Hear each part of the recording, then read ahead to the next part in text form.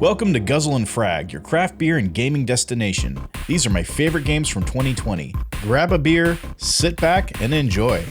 Remember, this is not the best because I barely played most of the games that came out this year. This is just my favorite, okay? I went back in Steam and I looked at hours played and was the game released this year. Those were the things I was looking at. And just like my general enjoyment of the game, you know? And I narrowed it down to 3 because I didn't want this to go on forever. The first game I want to throw out there is definitely Hades. Now, of course, Hades, you guys, if you've been following any of the game news sites and Hades is winning Game of the Year awards like all over the place. It took me a while, probably it took me about 2 hours to get into the game because the initial hook of it didn't really catch me, you know? I don't know why. I had to really kind of get used to the way that the blessings work and the overworld, the part of Hades that you kind of manage and you have to do renovations on and all that stuff. It took me a while to kind of get used to that. You know, amazing art, amazing visuals, awesome, good music. The voice acting I thought is just really incredible. Look, I'm not like all the others on Olympus. The power of the hunt helps keep me company, so maybe it'll help you too. If it's not clear already, I think roguelites and roguelikes have become my favorite genre. And so it wouldn't surprise you that the second game is Monster Train, which you guys have seen me play probably a couple times on stream.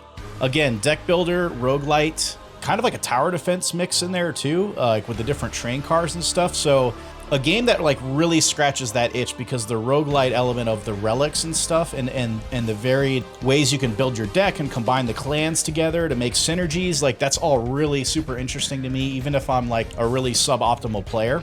But that stuff's really cool, and I just had a blast playing that game. And yes, I'm coming off Slay the Spire, which the game definitely borrows heavily from. And I don't think they try to hide that fact. I think they fully embrace that. They say, yeah, Slay the Spire is a game we all really love, and we're gonna. It was the evolution of that game, in my opinion. Monster Train is kind of the next iteration of a game like Slay the Spire. Also, good music in that game too. I like the art style. It's not as amazing as like Hades in terms of the art, but I turned on the googly eyes, for example. Like they did little flourishes here and there that I really appreciate.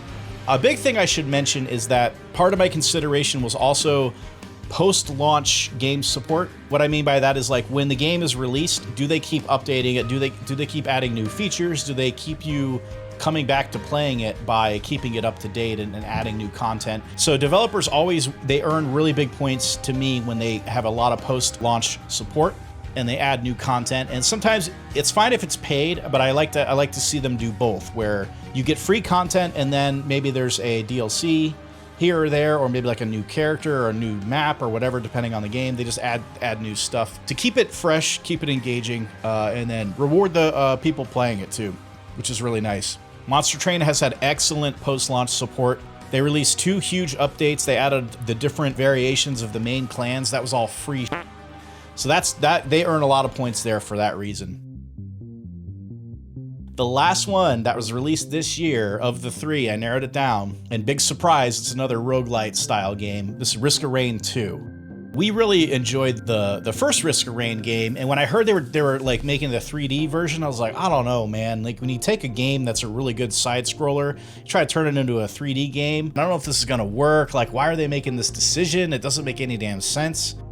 I think I got it pretty early on, and I played it, and I was like, all the doubts I had were just like gone. The minute I played it, it was like they did such a good job porting it over to a 3D engine and like change the gameplay, sure, but it's even better than the first game. So, I mean, they just did a really great job of that, so cheers.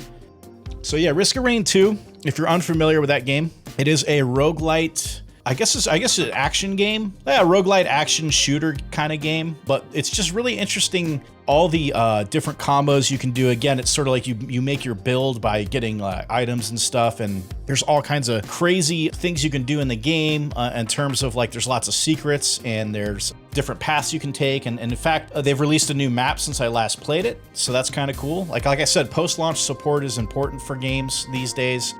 Even though Risk of Rain entered early access a year or 2 ago, the final release, the 1.0 release, was in August this year. There it is. You saw how quick that happened, right? Oh wait, I'm still alive. I forgot I had the I forgot I had the item that gave me the That's awesome.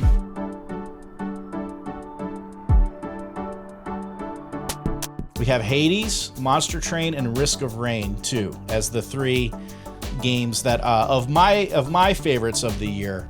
Again, here was the criteria, right? My personal enjoyment, and all 3 of those games I enjoyed a lot. How many hours I put into each game, and I went back in Steam and I counted all 3. And then the post-release support was the other thing, and that's a huge thing in these games. This is just my favorite, right? So, and you guys, of course, you guessed it, Monster Train.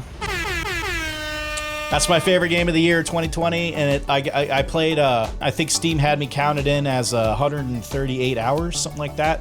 Risk of Rain 2 was 70 or 80 hours, and then Hades was somewhere around 30, somewhere in there. So yeah, you guys pegged me on Monster Train, you got me there. Yeah, buddy! Yeah, cheers, guys. No deal. Are you out of your mind? Now that I've talked about my favorite game this year, what was your favorite this year? It doesn't have to be the best game, but what is your favorite? One more time. Let's hear it for 2020. On the way out, don't let the door hit you on the ass. Well, that's a wrap on my favorite games from 2020. Let me know what your favorites were in the comments. If you enjoyed this video, please give it a like. It really helps the channel out.